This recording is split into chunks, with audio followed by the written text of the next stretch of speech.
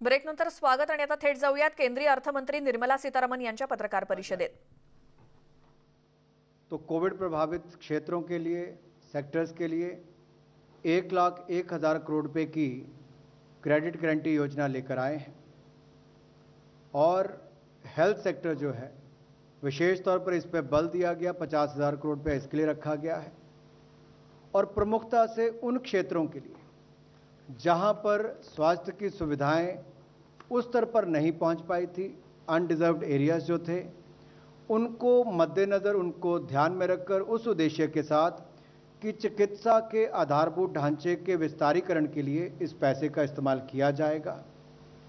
और इसमें जो गारंटी कवर है वो उन प्रोजेक्ट्स के लिए जिसका विस्तारीकरण हो रहा है उनके लिए भी, जो नए प्रोजेक्ट्स हैं उनके लिए भी लेकर आए हैं, जिसमें स्वास्थ्य और चिकित्सा के आधारभूत ढांचे को बल मिलेगा।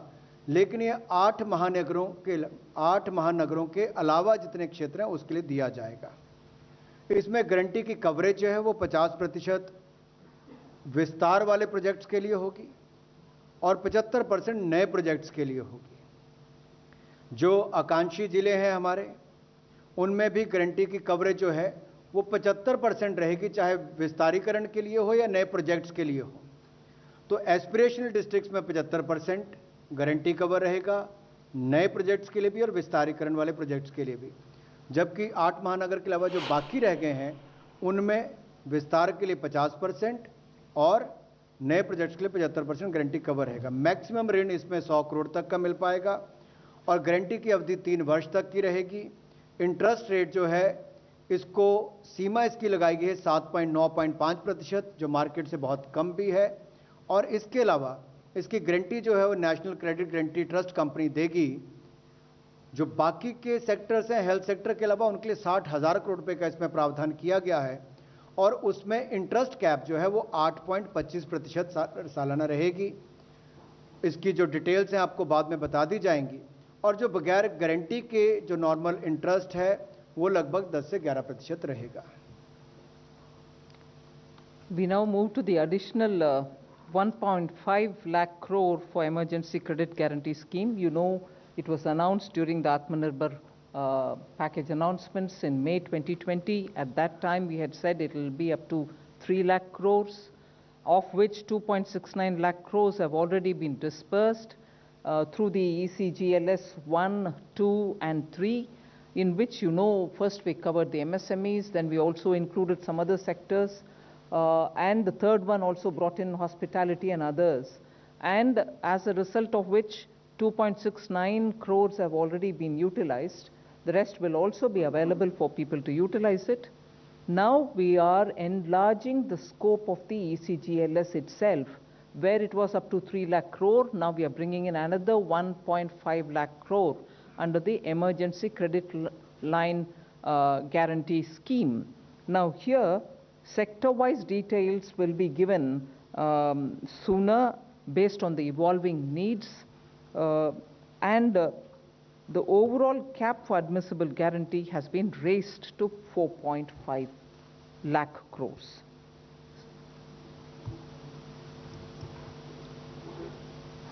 पिछली बार भी emergency credit line guarantee scheme, जिसमें कुल मिलाकर 3 लाख करोड़ रुपए का प्रावधान किया गया था, ECLGS 1.0, 2.0, 3.0 के अंतर्गत बहुत सफल रही और कुल मिलाकर 2,69,000 करोड़ रुपया इसके माध्यम से व्यापारियों को, कारोबारियों को दिया गया। और ये 20% अतिरिक्त कार्यशील पूंजी थी पहले और दूसरे चरण के लिए, और तीसरे में तो 40% तक इसको किया गया था। और इसमें लगभग 12 private sector bank, 12 public sector bank, 25 private sector bank और बाकी जो गैर वित्तीय कंपनीज हैं, NBFCs हैं, उनके माध्यम से इस पैसे को दिया गया। अब इसकी लिमिट जो है वो स्वीकार्य गारंटी की, उस पर भी जो अमाउंट प्रपोज्ड है, जो स्वीकृत है, उस पर उसको वृद्धि करने की बात कही गई है ताकि और लोगों को इसका लाभ मिल सके। जो 20% उनकी आउटस्टैंडिंग लोन लिमिट है उस पर इसको प्रत्येक ऋण पर बकाया जो है उसके हिसाब से किया जाएगा। और सेक्टर वाइज जैसे इसकी आगे आगे मांग भी बढ़ेगी उसको ध्यान में रखकर बाकी निर्णय किए जाएंगे, उभरती हुई जरूरतों को देखकर। जो हमारे कॉन्टैक्ट इंटेंसिव सेक्टर्स हैं, ज्ञान क्षेत्र से संपर्क रखने वाले हैं, चाहे वो टूरिज्म, ट्रैवल, टूर ऑपरेटर्स, ये बाकी सब उसमें आते हैं, उसको इसमें ऑलरेडी कवर किया गया है। 4000 करोड़ तक के उसको इसमें लाभ दिए गए हैं, उसको आगे भी इसको ऐसे ही जारी रखा जाएगा। ओवरऑल इसकी जो कैप है या सीमा है एडमिसिबल गारंटी, जो स्वीकार्य गारंटी की है, वो अब 3 लाख करोड़ से बढ़ाकर 4.5 लाख करोड़ कर दी है। 3 लाख करोड़ में यानी कि 50% की और वृद्धि करके 4.5 लाख करोड़ रुपया इसको किया गया है, जिससे बहुत ज़्यादा लाभ कारोबार और व्यवसाय करने वालों को मिलेगा emergency credit line guarantee scheme के माध्यम से। The next one is a totally new scheme. This is a credit guarantee scheme to facilitate loans through the MFIs, microfinance institutions.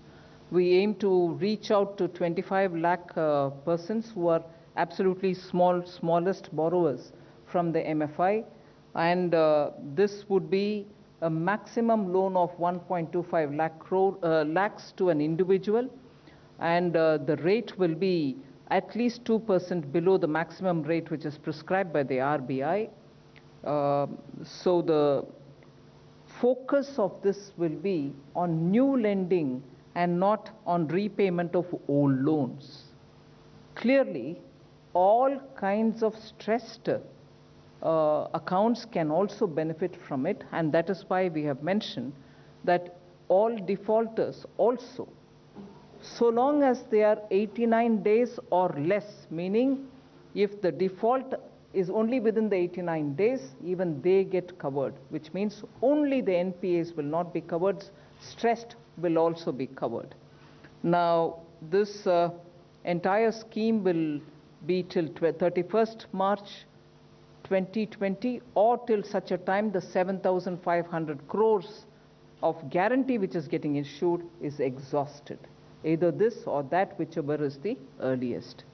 The guarantee which is being given is up to 75% of the default amount, and this duration is for 3 years. The loan duration is for 3 years. So we hope to cover 25 lakh, the smallest of small MFI clients, which means MFIs are normally widely spread in the hinterland, which is really the smallest towns, very small towns, and therefore we want to reach out to them, and that is best done through the MFI, and that is why we've taken this route. So there will obviously be a joint lending group kind of a framework wherein the NBFC, which has a link with them, the MFI, will all be in the loop, but that is how we expect to reach the smallest of small borrowers. They could borrow it for any one of the purposes for which they would like to take money from the MFI.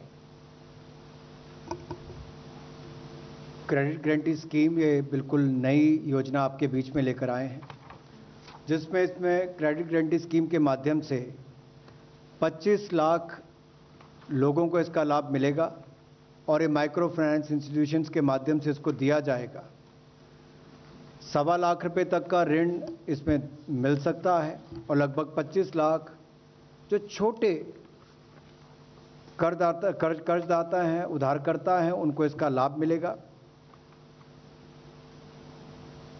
और इसकी जो capping की गई है ऋण की, वो loan from banks, उसको कैप किया गया MCLR प्लस 2%, इससे ज़्यादा नहीं हो सकता।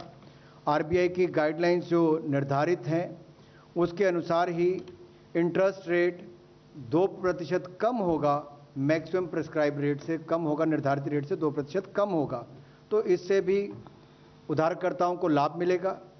और इसकी जो समय अवधि है वो 3 वर्ष की होगी। मैक्सिमम लोन जो टेन्योर है इसका समय सीमा मैक्सिमम 3 वर्ष की होगी।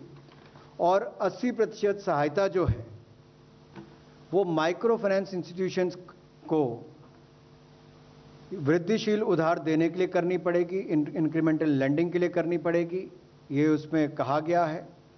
और ये जो कर उधारकर्ताओं को दिया जाएगा ये बिल्कुल RBI गाइडलाइंस के अनुसार होगा।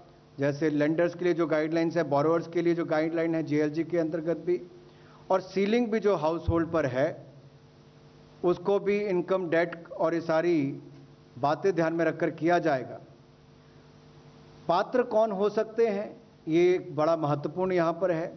योग्य लोग कौन होंगे, पात्र कौन होंगे। अगर कोई डिफॉल्टर भी जिसका 89 डेज तक, जिन्होंने अभी अपनी ब्याज की किस्त वापस नहीं की, डिफॉल्ट किया होगा, ऐसे उधारकर्ताओं को भी उसमें पात्र माना जा सकता है, उनको भी इसका लाभ मिलेगा। गारंटी इसमें 75% तक दी जाएगी और 3 वर्ष का उसके समय अवधि रहेगी। नेशनल क्रेडिट गारंटी ट्रस्ट के माध्यम से होगी और इसमें कोई गारंटी फी चार्ज नहीं की जाएगी। इसमें लगभग 7,500 करोड़ रुपया का प्रावधान होगा और 31 मार्च 2021 तक इसकी अवधि है। या 7500 करोड़ पहले इस्तेमाल हो जाए तब, या 31 मार्च 2022 तक इसका लाभ आप उठा सकते हैं। संपूर्ण देशभर कोरोनाचं आव्हान आहेच आणि त्याच पार्श्वभूमीवर देशातली आरोग्य सुविधा वाढवण्यावरती भर द्यायचा असेल तर त्यासाठी काही स्कीम्स आणि आर्थिक पॅकेजेसची घोषणा सध्या अर्थ मंत्रालयाकडून सुरू आहे। वेळ झाली या बुलेटिनमध्ये इथेच थांबण्याची, मात्र तुम्ही पाहत राहा न्यूज 18 लोकमत।